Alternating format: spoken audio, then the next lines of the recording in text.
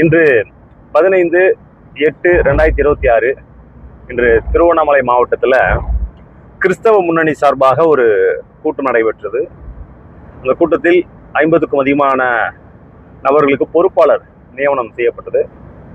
அதில் இளைஞரணி, மாநில அமைப்பாளர், வழக்கறிஞர்கள் இந்த கூட்டத்திலே கலந்து கொண்டார்கள். அநேகருக்கு பொறுப்பாளர் பதவியும் வழங்கப்பட்டது. இதுபோன்ற எல்லா மாவட்டங்களிலும் கிறிஸ்தவ முன்னணி சார்பாக அனைவரும் ஒன்றிணைந்து ஒருமனதாய் செயல்பட வேண்டும். சன்பரிவார் கூட்டங்களும் இந்த வலதுசாரிகள் தொடர்ந்து கிறிஸ்தவர்களை அடிப்பதும் கொலை செய்வதுமாய் நடந்து கொண்டிருக்கிறது.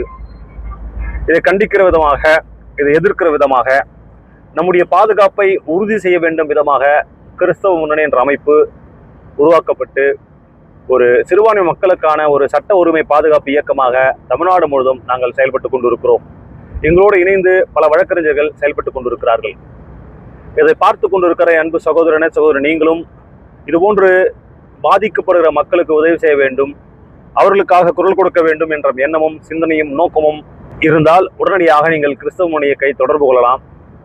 நாம் அனைவரும் ஒன்றிணைந்து ஒருமனதாய் சிறுபான்மை மக்களுக்கான உரிமைக்காக போராடுவோம், ஒரு பாதுகாப்பை உறுதி செய்வோம். தமிழக அரசும் சிறுபான்மை மக்களுக்கான உரிமையை, பாதுகாப்பை உறுதி செய்ய வேண்டும். வலதுசாரிகள் தொடர்ந்து சபைகள் மீது தாக்குதல் நடத்தி கொண்டே இருக்கிறார்கள். பொதுவாக திருப்பூர், கோயம்புத்தூர், ஈரோடு, கொங்கு பகுதிகளில் இந்து முன்னணி போன்ற அமைப்புகள் அத்துமீறி உள்ளே சபைக்குள் நுழைந்து அராஜகத்தில் ஈடுபடுகிறார்கள். இதை நாங்கள் கேட்க போனால் காவல்துறையும் வருவாய்த்துறையும் ஒரு சிலர் எங்கள் மீதே வழக்குகளை பதிவு செய்கிறார்கள். இதை எங்களால் மேற்கொள்ள முடியாத ஒரு சூழ்நிலை காணப்படுது. இந்த நாட்டில் பெரும்பான்மை இருக்கக்கூடியவர்கள் சிறுபான்மை மக்களை ஒடுக்குவதும், அவர்களை அவதூறாக பரப்புவதும், அவர்களை அராஜகத்தில் ஈடுபடுவதும் எந்த விதத்தில் நியாயம் என்று எங்களுக்கு தெரியவில்லை. அதனால் தமிழக அரசு சரி, எங்களுக்கு ஒரு பாதுகாப்பை உறுதி செய்ய வேண்டும்.